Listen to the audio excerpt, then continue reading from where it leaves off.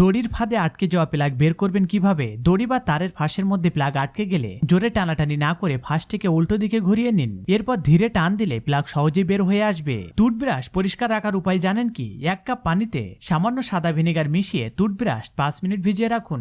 এতে ব্রাশে জমে থাকা ময়লা ও জীবাণু কমে যায়। দরজার হাতল দেওয়ালে আঘাত করা বন্ধ করবেন কিভাবে? এক টুকরো প্লাস্টিক পাইপ ও 2টি বোতলের ঢাকনা নিয়ে একটি সহজ ডোর স্টপার তৈরি করা যায়। এটি দেওয়ালে লাগিয়ে দিলে দরজা খুললে হাতল দেওয়ালে ধাক্কা খাবে না। ব্যাগে পানির বোতল সোজা রাখবেন কিভাবে? একটি রাবার ব্যান্ড জিপারের ছিদ্রে বেঁধে বোতলের চারপাশে আটকে দিন। এতে বোতল ব্যাগের ভিতর উল্টে যাবে না। কেক দীর্ঘক্ষণ সতেজ রাখবেন কিভাবে? অবশিষ্ট কেক প্লেটে রেখে নিচের অংশ প্লাস্টিক র্যাপ দিয়ে ভালোভাবে মুড়ে রাখুন। এতে কেক দ্রুত শুকিয়ে যাবে না। ছিদ্র হওয়া রাবারের গ্লাভস ফেলে দেবেন না। গ্লাভসের আঙুলের অংশ কেটে চেয়ার বা টেবিলের পায়ে লাগিয়ে দিন। এতে শব্দ কমবে এবং পা পিছলাবে না। খোলা পানীয় বা বোতল ভালোভাবে সিল করবেন কিভাবে? বোতলের মুখে প্লাস্টিক র্যাপ লাগিয়ে তার উপর রাবার বা গ্লাভসের আঙুলের অংশ পরিয়ে দিন। এতে মুখ খুব ভালোভাবে সিল হয়ে যাবে। একটি চামচ উল্টো করে বোতলের মুখে ঢুকিয়ে রাখলে অনেক ক্ষেত্রে তরল দ্রুত বের হওয়া বা ছিটকে পড়া কমে যায়। ছাদে রং করার সময় মেঝে নোংরা হওয়া রোধ করবেন কিভাবে? একটি প্লাস্টিকের বালতির মুখ কেটে ব্রাশের হাতলে লাগিয়ে দিন। এতে অতিরিক্ত রং নিচে পড়বে না এবং মেঝে পরিষ্কার থাকবে। সবশেষে অনুরোধ, আপনি কোন জায়গা থেকে দেখছেন সেটি কমেন্ট করে জানান এবং লাইক, সাবস্ক্রাইব ও ফলো করতে ভুলবেন না।